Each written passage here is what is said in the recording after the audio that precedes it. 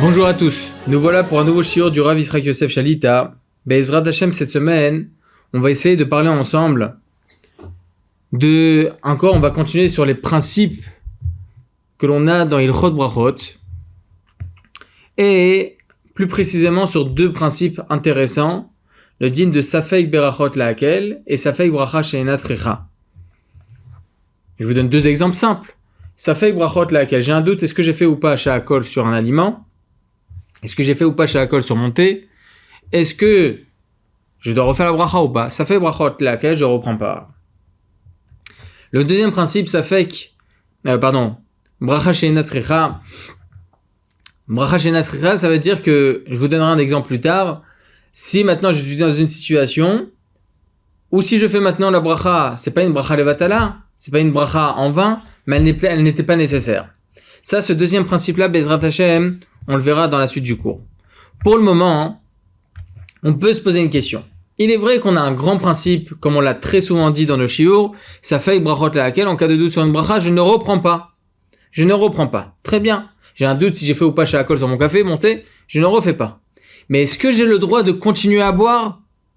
Est-ce que j'ai le droit de continuer à manger? Ou est-ce un problème? D'ailleurs, il faut savoir qu'il y a une différence entre Safek des Rabbanan la Kula et Safek Brachot La'akel. Il faut savoir que toutes les brachot, à part Birkat Hamazon, ça c'est l'opinion de Maran Rabbeinu Ovadia Yosef, à part Birkat Hamazon, toutes les brachot elles sont des Rabbanan. Toutes les brachot, même dans Birkat Hamazon, la quatrième bracha elle est des Rabbanan d'ordre rabbinique. Donc lorsque nous avons un doute sur un ordre des Rabbanan, on émet quel Safek des Rabbanan, en cas de doute sur un ordre rabbinique, Mekilim, on émet quel, d'accord? Alors pourquoi Chachamim nous ont rajouté un nouveau principe, Safek Brachot La'akel, en cas de doute sur une bracha, je suis Mekel? À quoi ça sert? La différence entre les deux, c'est que Safek des Rabbanan Kola, lorsque j'ai un doute si j'ai fait ou pas une misva des Rabbanan, je suis Mekel, pas besoin de refaire. Mais j'ai le droit de refaire. J'ai le droit d'être marmir et de refaire. Pour les brachot, interdit d'être marmir et de refaire. Interdit. Parce que c'est possible que je suis dans une situation où je veux faire un interdit de la Torah, de l'Otisa et Shem Hashem Lashav. Pour nous, les Sfaradim, prononcer une bénédiction en vain, c'est un interdit de la Torah, comme il dit le Shulchan Aruch, comme on peut le voir dans le Rambam, etc., etc. On l'a, Baruch Hashem, bien développé dans un de nos shiurim, vous pouvez le voir sur Torah Box. Mais en tout cas, voilà la différence qu'il y a entre Safek des Rabbanan la Kula et Safek Berachot La'akel. Donc on comprend que ce principe-là de Safek Berachot La'akel est très important. D'où l'importance d'ailleurs de bien apprendre les lois de Brachot, parce qu'on n'a pas le droit d'être marmir. On n'a pas le droit, interdit. Maintenant, est-ce que j'ai le droit de continuer à manger dans un cas de Safek Brachot La'akel, de continuer à manger? Est-ce que j'ai fait ou pas la bracha? Est-ce que j'ai le droit de continuer à boire mon café? Est-ce que j'ai le droit de continuer à manger? Grande marloquette. Selon le Maharsha, le Ya'abetz, Rabbi Akiva Eiger, interdit de continuer à manger. Interdit de continuer à manger. Pour quelle raison? On a une Gemara dans le traité Brachot que là, ça aussi on l'a dit, Baruch Hashem, dans nos shiurim. On a un principe qui est rapporté dans la Gemara, Kol anhene mina olam hazeh belo beracha ki'ilu ma'al. Toute personne qui profite de ce monde, sans dire une beracha à Hashem, sans louer Hashem à ce moment-là, ki'ilu ma'al, c'est comme si tu avais utilisé quelque chose du Beth Amikdash, Rabibi, interdit. Ki'ilu ma'al, t'as fait un isson me'ila. C'est quoi me'ila? J'utilise un korban, un sacrifice qui appartenait au Beth Amikdash. Je le prends, je me fais un méchoui. Je suis obligé le lendemain de rapporter un korban, un sacrifice me'ila. Il y a écrit comme ça, hein, L'Hashem haaretzum loa, ok? Et d'un autre côté, il y a écrit Hashamayim shamim l'Hashem, va'aretz natan livna adam. Ça se contredit. Là, hein, L'Hashem haaretzum loa, donc tout le monde entier appartient à Kadosh Baruch Hu. Et d'un autre côté, on voit dans le Tehillim, Hashamayim shamim l'Hashem, le ciel appartient à Hashem, va'aretz natan livna adam, et la terre appartient aux hommes. Donc, ou bien toute la terre, tout l'univers appartient à Hashem, ou bien tu peux pas dissocier. Pourquoi il y a une telle différence? La Gemara de répondre, Kan lifnei bracha, kan lachar bracha. Là, on parle avant la bracha, la Hashem haaretzum loa. D'accord? À Kadosh Baruch Hu, ça lui appartient tout à Kadosh Baruch Hu, tout l'univers appartient à Hashem. Mais à partir du moment où tu fais une bracha, Hashamayim shamayim l'Hashem, ça appartient à Hashem, le ciel, va'aretz natan livnei adam. Et tout ce qui est sur la terre, les fruits, les légumes, ça t'appartient, Habibi. Tu peux manger sans problème. Sans problème. T'as fait une bracha, c'est bon, c'est à toi. Il n'y a aucun problème. C'est ça ce qu'elle nous répond la Gemara. Donc on voit que lorsque l'on, Chas Shalom, consomme quelque chose sans beracha, c'est comme si je volais Hashem. C'est comme si j'utilisais quelque chose appartenant au Beth Amikdash. Donc il dit le Maharsha, le Yahabetz, Rabbi Akiva Eiger, comment? C'est vrai qu'on a Safek Brachot laquelle, en cas de doute sur une bracha, tu sais pas si t'as fait Shahakol sur ton thé, tu refais pas. Mais t'as pas le droit de continuer à boire. Chas Shalom, tu vas faire un Issour. C'est comme si tu utilisais quelque chose qui appartient à Hachem. C'est possible. C'est possible que t'as fait la bracha, donc t'as pas de problème, mais c'est possible que t'as pas fait la bracha. C'est pour ça que le Maharsha, le Yahabetz, c'est Rabbi Akiva Eiger, il dit, interdit, on doit s'arrêter de manger. À quelqu'un que Rabbeinu Yonah et le Meiri, ces deux grands rishonim, ils nous apprennent que Ki'ilu Ma'al, Chas Shalom, lorsqu'arrivera le Bet Hamikdash, je devrais prendre un sacrifice. Si une fois j'ai mangé sans bracha, je dois prendre un sacrifice, le ramener quand arrivera le Bet Hamikdash. Halakha le Maaseh, c'est pas du tout évident. Parce que toutes les brachot, elles sont des Rabbanan, et on ne rapporte pas de sacrifice lorsqu'une personne transgresse un interdit des Rabbanan. Top! Ça, c'est encore autre chose. Mais en tout cas, on voit la valeur et la gravité de cela, de Kol Hane'ene Mina Olam Hazeh Belo Beracha Ki'ilu Ma'al, au point où lorsque Chachamim nous ont dit, ça fait brachot laquelle, lorsque j'ai un doute sur une bracha, je ne reprends pas, mais je dois obligatoirement m'arrêter de manger. Halakha le Maaseh, on va voir qu'on a le droit de continuer à manger sans problème, même les katrila. Et je vais vous donner, Bezrat Hashem, 3 preuves à cela. Première preuve, c'est écrit Mata'enet Enat Tzricha Bracha. C'est quoi Mata'enet? C'est-à-dire que lorsque je vais vouloir veille de Shabbat, par exemple, je vous donne un cas de figure, veille de Shabbat, j'ai envie de goûter les plats, ok? J'ai envie de goûter les plats. Toi, Mea Haim Zachou. C'est bien, c'est une mitzvah de goûter les plats de Shabbat pour voir s'il manque pas de sel, s'il manque pas de paprika, s'il manque pas de cumin, etc. Bon, il faut s'y connaître. Baruch Hashem. Et donc, veille de Shabbat, là, j'arrive devant les marmites et je commence à goûter un petit peu. La Gemara nous dit, tu goûtes, pas de bracha. Lorsque c'est un aliment, ad kazaït. Lorsqu'il s'agit d'un liquide, ad revi'it. Donc jusqu'à une certaine quantité, fais pas de bracha. Pas de bracha? Mais est-ce que je dois recracher au moins ou pas? La Gemara ne dit pas. Mat'aemet, l'otaon bracha, l'otzricha bracha, j'ai pas besoin de bracha. C'est quoi la halacha? Rabbeinu Hananel, il y a 900 ans, il nous dit, on a le droit même d'avaler. Comme ça, il nous enseigne. Le Rif, le Roche, le Rambam, eux aussi, ils n'ont pas de nuancé. Est-ce qu'on a le droit d'avaler? Est-ce qu'on n'a pas le droit d'avaler? L'Echaora, donc, on a le droit d'avaler, même sans Beracha. Maran Abed Yosef, il rapporte l'opinion de Stam. On a le droit même d'avaler. Veyesh Omrim, il y en a certains qui pensent que non, interdit d'avaler. Stam Veyesh, Alacha Kestam. La Alacha est comme la première opinion. Donc il n'y a pas besoin de bracha, même si on avale.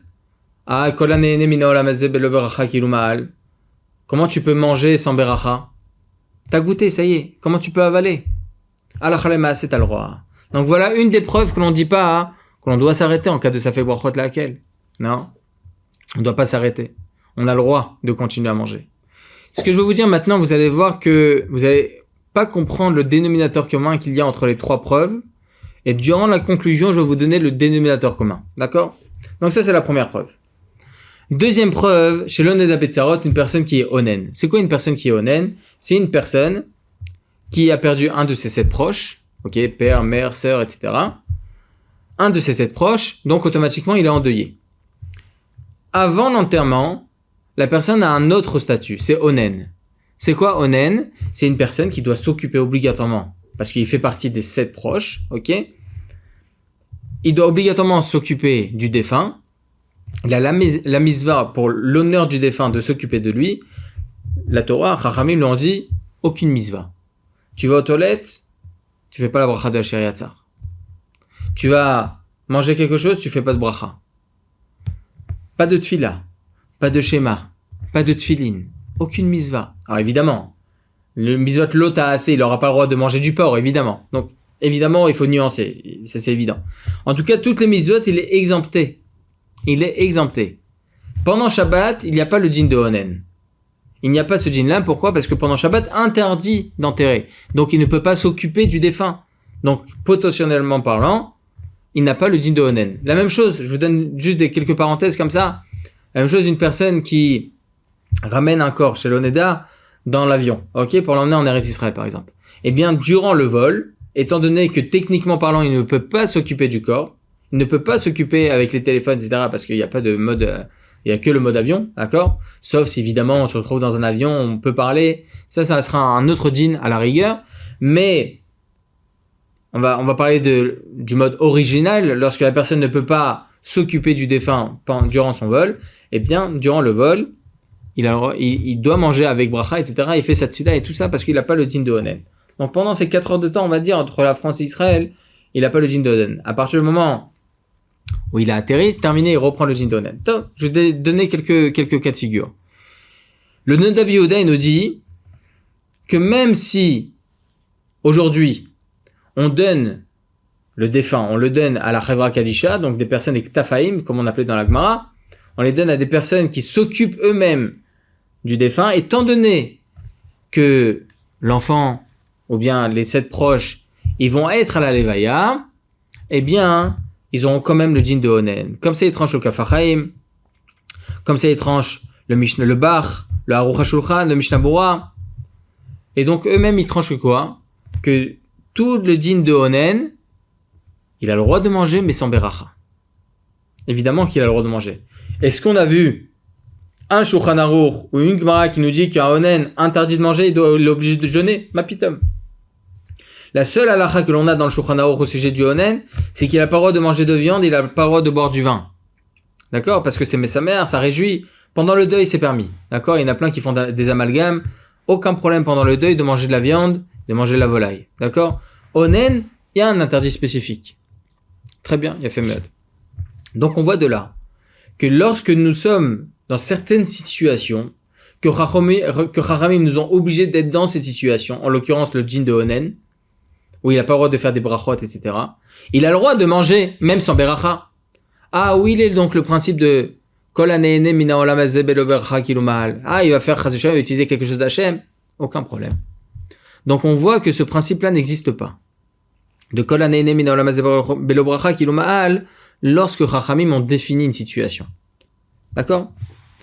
Troisième preuve.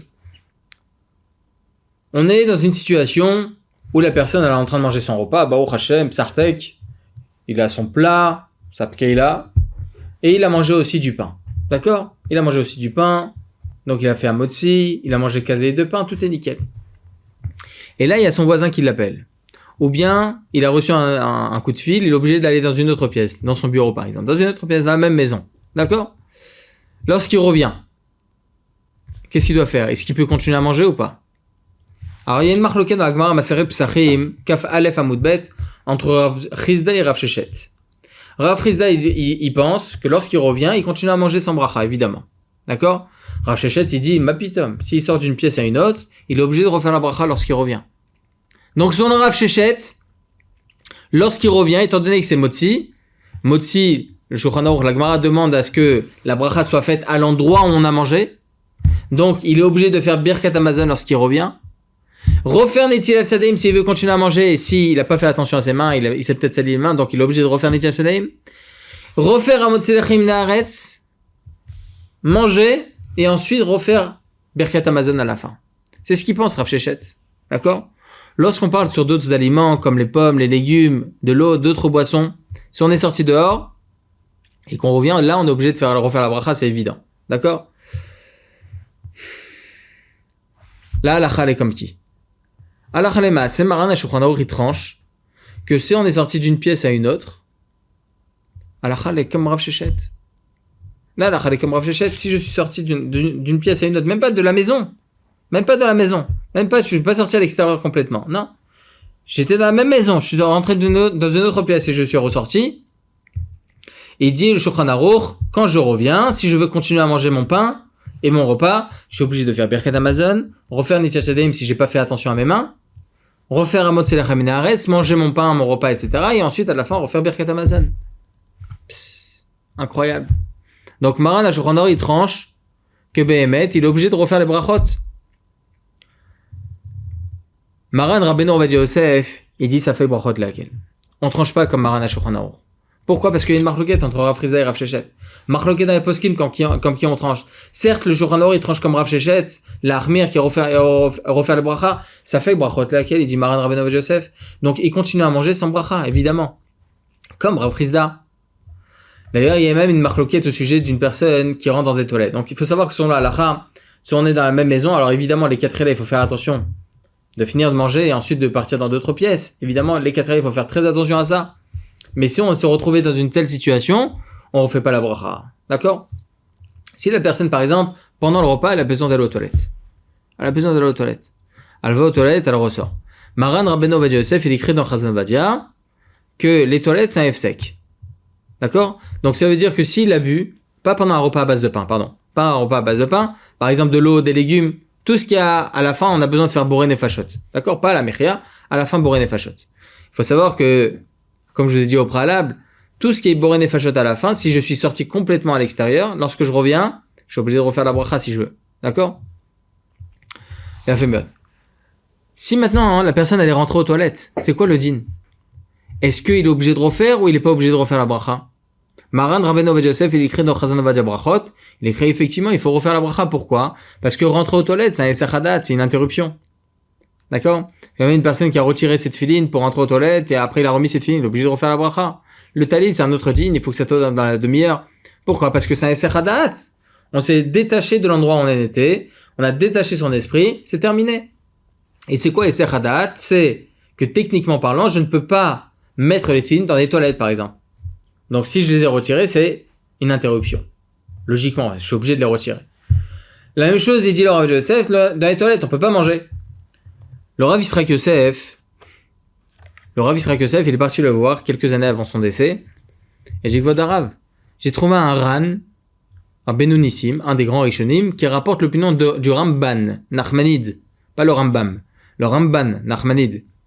Le Ramban, il dit là-bas, que si une personne elle rentre aux toilettes et elle ressort, elle refait pas la bracha. Pourquoi? Parce que techniquement parlant, on a le droit de manger dans des toilettes. Comme ça dit le Ramban, Nachmanide. On n'a pas le droit de faire une bracha dans les toilettes, évidemment. Ou que ça soit dans des toilettes, ou que ça soit dans un mikvé pour une femme. Interdit de faire la bracha au mikvé. Il y en a plein malheureusement qui font là aussi des amalgames et font la bracha devant un mikvé. Une femme, il faut qu'elle soit à l'extérieur dans la pièce adjacente, évidemment couverte, etc. Faire la bracha du mikvé, ensuite elle rentre au mikvé. Interdit de faire dans la pièce où il y a le mikvé. D'accord? Aux Ashkenazim, ils permettent, pour les Sfaradim, c'est assourd. D'accord? Donc, on n'a pas le droit de faire la bracha dans des toilettes, mais on a le droit de manger dans les toilettes. Comme ça, il dit le Ramban. Halakha le maaseh, si une personne elle a un chewing-gum dans la bouche, elle a le droit de continuer à le mâcher dans les toilettes, il n'y a pas de problème. Pas besoin de l'enlever et de le mettre sur le rebord d'un évier, ça se fait pas pour les autres. D'accord? On a le droit de le garder dans la bouche, continuer à le mâcher. La même chose, si une personne a un bonbon à la menthe, elle a le droit de continuer à le sucer dans les toilettes, il n'y a aucun problème. Aucun problème. Quand il a vu ça, Maran Rabbeinu Ovadia Yosef, passe tam entre deux rendez-vous. Pas pitié, prince de Shalom. Le Rav Yisraël Yosef, quand il allait le voir, il allait le voir dans un moment où le Rav Ovadia Yosef, il était posé, il pouvait s'asseoir quelques minutes avec le Rav. Et il a lu 2 fois de suite le Ran, au nom du Ramban. Il a dit, Nachiname, t'as raison, mon fils. Donc il lui a dit, la prochaine fois, tu écriras dans ton livre, qu'effectivement, rentrer aux toilettes et ressortir, c'est pas un F-sec, c'est pas une interruption. Pour ça, la khalema, c'est ça fait brachot laquelle là aussi. Une personne, elle a bu café, thé, n'importe. Elle est rentrée aux toilettes, elle est ressortie, elle refait pas la bracha. D'accord? En tout cas, juste pour vous dire qu'on voit de là que quoi? On voit de là que lorsqu'une personne, elle se retrouve dans une telle situation, ou bien même pendant un repas à base de pain, elle est sortie d'une autre pièce, elle est rentrée dans une pièce pour ressortir, on fait pas la bracha. Même si le Shulchan Aruch nous dit qu'il faut refaire la bracha, c'est bracha levatala, ça fait brachot laquelle, même à l'encontre de Maran Shulchan Aruch. Et comme ça, on tranche la halakha. Comme ça, il pense Rabbi Yitzhak Falaji, dans son livre Yafé l'élève, le Zichronot Eliyahu, le Chesed la Halafim, le Mishnah Bura, le Beni Ishraï, le Kaf HaChaim, et ils disent tous, ça fait brachot laquelle. Le Gaon Arav Ben Sion Abba Shaul, et ça, Bezrat Hashem, on continuera dans le cours suivant. Il écrit une tchouva extraordinaire. Il pose une sheila. Pourquoi Maran Shulchan Aruch, certaines fois, il dit ça fait brachot laquelle, comme on a vu maintenant avec, il y a plusieurs cas de figure où il dit ça fait brachot laquelle. Personne, par exemple, qui a un doute s'il a fait ou pas la bracha, il continue à manger son bracha parce que ça fait brachot laquelle. Et pourtant, dans le cas de figure que je viens de vous rapporter, une personne est sortie d'une pièce pour rentrer dans la pièce où il a mangé. Il est obligé de refaire la bracha, Netiat Yadayim, Motzi, Birkat Hamazon. Prends là-bas, il fait pas attention à ça fait brachot laquelle. Et dit le Rabben Sion Abba Shaul, il dit qu'il y a une différence entre 2 notions. Safek brachot laquelle et bracha chez Natzrecha. C'est-à-dire que la personne qui est rentrée dans une pièce et est ressortie pendant un repas à base de pain. Il dit quoi le Shulchan Aruch? Tu fais Birkat Hamazon, tu refais Netiat Yadayim si t'as pas fait attention à tes mains, tu refais Amotzi, et à la fin tu referas Birkat Hamazon. Vous vous rendez compte? 6 brachot supplémentaires. Il dit le Rabben Sion Abba Shaul, c'est pas des bracha levatala. C'est pas des brachot en vain. Parce que en soi, Il a fait Birkat Amazon. Il aurait pu techniquement parlant faire Birkat Amazon s'il avait pas voulu continuer à manger. Birkat Amazon. Ah, mais je veux continuer à manger. Ok, bah refais Netilat Yadayim si t'as pas fait attention à tes mains. Refais Amotzi et après à la fin refais Birkat Amazon. Donc techniquement parlant, c'est vrai qu'il a rajouté des brachot peut-être qui n'étaient pas nécessaires. C'est ce qu'on appelle bracha chez Natsricha. Mais techniquement, il a pas fait une bracha levatala. Alors est-ce que bracha levatala et bracha chez Natsricha, elles sont similaires ou pas? Il dit alors à Ben Sion, non. C'est pour ça que le Shulchan Aruch, il est pas chochesh, il fait pas attention. Mais l'opinion du Rabbi Sion d'Abel Shaul, même si elle est très très jolie, elle est magnifique, mais on peut là aussi la dissocier, on peut l'annuler. On verra Bezrat Hashem la semaine prochaine certaines preuves, le cours suivant, on verra certaines preuves justement qui vont nous faire montrer que Behemet, il n'y a aucune différence entre Bracha Levatala et Bracha Shenatzricha, bien que dans certaines nuances, mais on tranche pas comme ça là. C'est pour ça qu'on dira même ça fait Brachot laquelle, même à l'encontre de Maran HaShulchan Aruch. D'ailleurs, Maran HaShulchan Aruch, dans le Siman Resh Ayin Aleph, dans les Chot Seuda Shlishit, il dit là-bas que Seuda Shlishit, on est obligé de manger du pain. Si une personne elle a oublié Retze Vachalitzenu, un passage qu'on rajoute le Shabbat pour le repas de vendredi soir ou bien le repas de Shabbat matin, d'accord? S'il est obligé de faire Retze Vachalitzenu, il est obligé de refaire Birkat Amazon parce que cette bracha que je fais Birkat Amazon, elle vient à cause du pain. Et le pain, je le mange parce que c'est la misva obligatoire de manger du pain à Shabbat. Donc, le Retze Vachalitzenu, c'est un passage qui est obligatoire dans ce Birkat Amazon. Si je l'ai oublié, c'est comme si que j'avais oublié Vetivne, c'est comme si que j'avais oublié Racham, c'est comme si que j'avais oublié Nodelecha. D'accord? Donc, c'est un passage indissociable à ce Birkat Amazon. Donc, je suis obligé de refaire Birkat Amazon. Pour ce Shlishi, il y a une marloquette, est-ce que je suis obligé ou pas de manger du pain? Alors les maaseh, Maran HaShulchan Aruch, il tranche qu'il faut manger du pain. C'est la misva de manger du pain. Si une personne ne peut pas, maisonnat, etc., etc. Et pourtant, dans le Siman Kouf Pechet, dans le Chot Birkat Amazon, aucun rapport avec le Chot Shabbat, Siman 188, Maran HaShulchan Aruch, il tranche là-bas que si une personne a oublié de faire Retze Vachalitzenu dans son Birkat Amazon de Seuda Shlishit, elle reprend pas. Ça fait brachot laquelle. C'est possible que t'es pas obligé de manger du pain. Donc ton Retze, il est pas indissociable au Birkat Amazon. Ça fait brachot laquelle. Donc on voit que Maran HaShulchan Aruch, il fait attention à ça fait brachot laquelle. Un autre cas de figure. La bracha du sucre. La bracha du sucre. D'où sort le sucre? Ou bien ça sort de la canne à sucre, donc ça serait boré peraetz, ou bien ça sort des betteraves, donc ça serait boré peradama. On a un klal, dans le Shulchan Aruch, il tranche la halacha. C'est vrai que les Ashkenazim, ils tranchent pas comme ça. Tmarim shemiechan, c'est quoi tmarim shemiechan? Des dattes que l'on a écrasées, ou bien des légumes que l'on a écrasés, on a fait une soupe à légumes, ok? Ça garde sa bracha initiale, même si on voit plus, même si c'est plus visible. Pour ça que de la patadat, la vraie patadat, on fait dessus boré peraetz. C'est pour ça qu'une soupe de légumes que l'on a écrasée, c'est boré peradama. C'est la halacha. Donc on pourrait se poser la question, pourquoi sur le sucre on fait shakol? Alors le sucre, ou bien il sort de la canne à sucre, ou bien il sort de betterave. Maran Rabbeinu Ovadia Yosef, il a reçu cette question du Rav Yisraël Yosef, son fils. Et Maran Rabbeinu Ovadia Yosef lui a répondu en ouvrant un Radbaz, Rabbi David Ben Zimra, qui était le Abeddin du Shulchan Aruch il y a 550 ans. Et dit Rabbi David Ben Zimra dans le Radbaz, Panim Chadashot Baolekan, c'est totalement différent. Il y a quelque chose qui est rajouté. On a un autre niveau. Comment on fait du sucre? On prend la canne à sucre, ou bien on prend les betteraves, et on fait bouillir, au point où il reste plus d'eau. Tout le sucre des betteraves ou tout le sucre de la canne à sucre, elle reste en bas, chez Katz Aleno Betocho, ok, ça reste en bas. Et en fin de compte, lorsqu'il n'y a plus d'eau, il y a du sucre. Donc c'est quelque chose qui n'était pas visible, c'est quelque chose qui n'existait pas au préalable.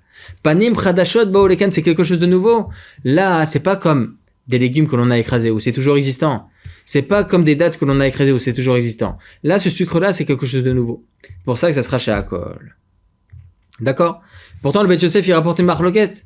Il y en a certains qui pensent Boré Peraetz. Il y en a d'autres qui pensent non. Peut-être le sucre, c'est Boré Peradama. Maran Beth Yosef, il dit ça fait brachot là. On fait chez Akol ni à Bedvaro. Pourquoi ça fait brachot? Parce que pour celui qui pense que c'est Adama, d'accord?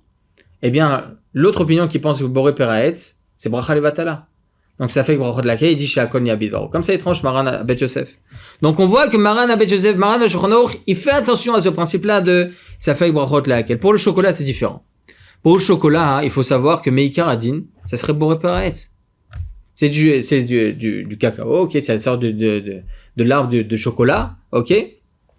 On prend ce chocolat, les graines de chocolat, on en fait du chocolat. Donc, en fin de compte, c'est pas quelque chose de nouveau qui est venu.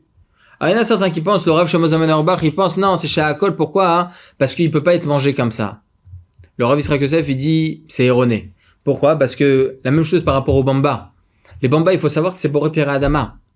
Il faut savoir que la fabrique de bamba, c'est à Hawaï. Il faut savoir que le maïs de bamba, il vient de Hawaï, il vient en Eretz Israël, il vient dans tous les pays du monde. Bon, il y en a certains autres que ça vient pas spécialement de Hawaï, mais en tout cas, c'est un maïs spécial. Un maïs qui peut être utilisé uniquement ou bien pour le souffler, ou bien pour l'écraser. Ou bien ça devient de la farine. Ça dépend. Pour le bamba, ça devient pas de la farine. C'est pas de la farine c'est pas de la farine de maïs. Non. C'est écrasé au point que ça devient une pâte de maïs. Ensuite, ils font faire revenir dans un tuyau assez fin comme ça pour que ça prenne justement la forme du bamba. Et ensuite, ils éjectent là-bas de la cacahuète. Donc, ça soit la cacahuète ou bien le maïs, tout est Adama dans le bamba. Donc, c'est pour réparer Adama. D'accord? Même si la graine de maïs, on peut pas la manger parce qu'il y a plusieurs sortes de maïs. Et cette graine de maïs qui est faite à Hawaï, c'est spécialement pour les bambas, etc., pour les popcorn. Donc, étant donné que cette graine-là, elle peut pas être mangée telle qu'elle, donc, de la façon dont on va la manger, ça va garder sa bracha initiale. Sauf si on l'a fait devenir farine. La farine de maïs, c'est chez Akon Yabidvaro. D'accord? Elle fait mieux. Donc, toutes les choses où vous allez voir farine de maïs, comme par exemple les Doritos, normalement, il y a écrit là-bas Kemar Tiras, la farine de maïs, c'est chez Akon. Mais sur les bambas, c'est pas de la farine de maïs. C'est une pâte de maïs qu'ils font. Qu'ils font grâce justement, sur cette graine. Donc, étant donné que c'est la façon habituelle de manger ces bambas, de manger cette graine, donc ça reste Boré Père Adama. Et ça, c'est la halakha. C'est pour ça que ce que dit le Rav Shlomo Zalman Auerbach au sujet du chocolat, parce qu'on peut pas manger la graine de chocolat comme ça, le Rav Israël Yosef, il est pas d'accord avec lui. Donc il dit, mais Kiradin, c'est vrai. Demain, je prends du chocolat et je fais Boré Père Aet, j'ai pas faim, il est sourd. On peut même répondre Amen à cette bracha. En tout cas, par rapport au chocolat, c'est différent. Le minhag, la coutume, c'est de faire shahakol sur le chocolat, mais si je fais Boré Père Aet, je suis quitte. Il y a plusieurs nafkaminat, il y a plusieurs nuances halachiques sur ce chocolat, on en parlera Bezrat Hashem dans d'autres shiurim. En tout cas, il faut savoir que Maran HaShulchan Aruch, on voit plusieurs preuves, que Maran HaShulchan Aruch, il fait attention à bracha, les vatala. Bezrat Hashem, la semaine prochaine, on répondra, le cours suivant, on répondra par rapport à bracha chez Natzricha, ce que dit le Rabben Sion Abba Shaul, et on verra que même sur bracha chez Natzricha, même des brachot qui ne sont pas nécessaires, on fait attention à bracha les vatala. C'est pour ça que Maran Rabbeinu Ovadia Yosef, il dit, ça fait que brachot laquelle, même à l'encontre de Maran HaShulchan Aruch. Baruch Adonai Le'olam, amen ve amen.